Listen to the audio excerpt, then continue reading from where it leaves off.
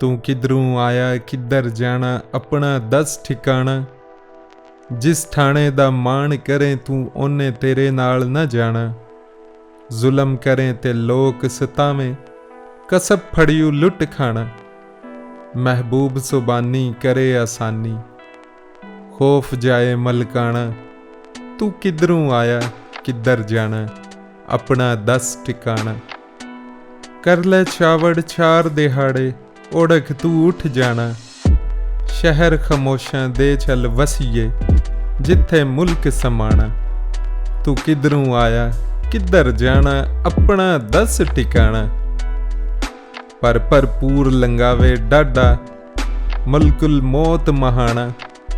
इन्ना सबना थी है बुला, ओ गणहार पुराना। तू किधरों आया किधर जाना, अपना दस ठिकाना। तू किधरों आया किधर जाना, अपना दस ठिकाना।